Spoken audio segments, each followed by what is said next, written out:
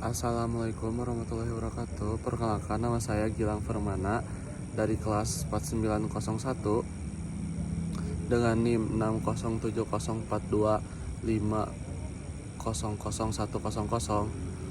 Fakultas Ilmu Terapan, jurusan D3 Manajemen Pemasaran, nomor absen 25. Di sini saya akan menjelaskan tentang tugas agama Islam. Pertanyaan nomor 1. Manusia ditinjau dari aspek historis, biologis, kecerdasan, sosial, dan spiritual. Yaitu, apabila salah satu aspek manusia lebih dominan dari yang lain, maka keseimbangan kehidupan manusia akan terganggu.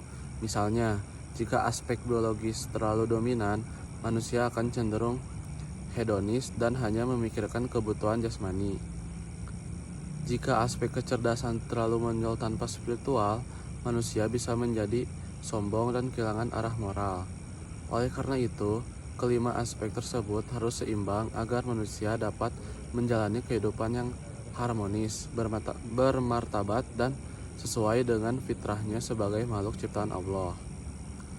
Pertanyaan nomor 2. Trilogi relasi antara Tuhan, alam semesta, dan manusia, yaitu trilogi ini menggambarkan hubungan yang saling terkait antara Allah sebagai pencipta alam semesta, sebagai ciptaan dan sarana kehidupan, serta manusia sebagai khalifah yang bertugas mengelola alam dengan amanah.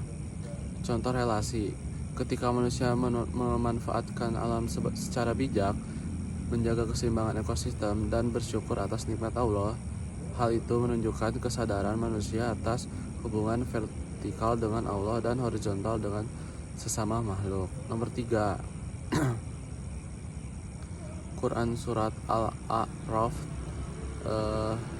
ayat 172 dan Quran Surat Ar-Rum ayat 30 serta relasinya dengan fitrah, yaitu kedua ayat tersebut menjelaskan bahwa setiap manusia telah membawa fitrah untuk mengakui keberadaan dan keesaan Allah Subhanahu wa Ta'ala sejak sebelum lahir.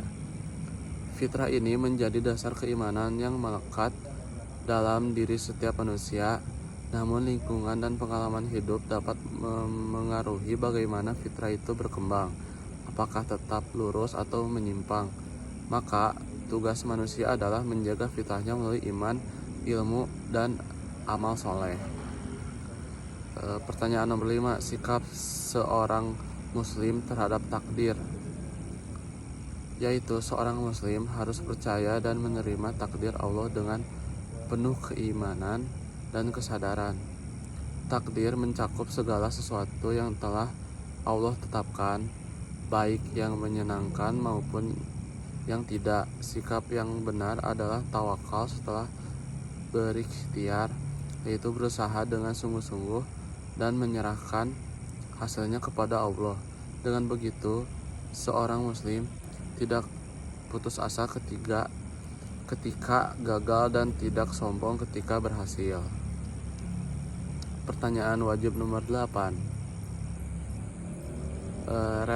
Realita, sikap, dan perhatian kaum muslimin terhadap Al-Quran dan hadis di zaman modern ini, yaitu di zaman modern perhatian umat Islam terhadap Al-Quran dan hadis sangat beragam.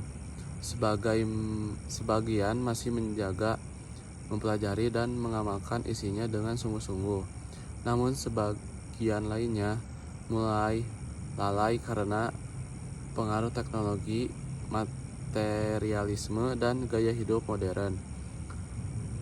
Oleh karena itu, penting bagi kaum muslimin untuk mengembalikan Al-Quran dan hadis sebagai pedoman utama kehidupan, tidak hanya dibaca tetapi juga dipahami dan diterapkan dalam setiap aspek kehidupan, baik dalam ibadah, akhlak, maupun sosial. Sekian dari saya yang saya jelaskan. Mohon maaf ketika ada salah yang Gilang ucapkan. Terima kasih. Assalamualaikum warahmatullahi wabarakatuh.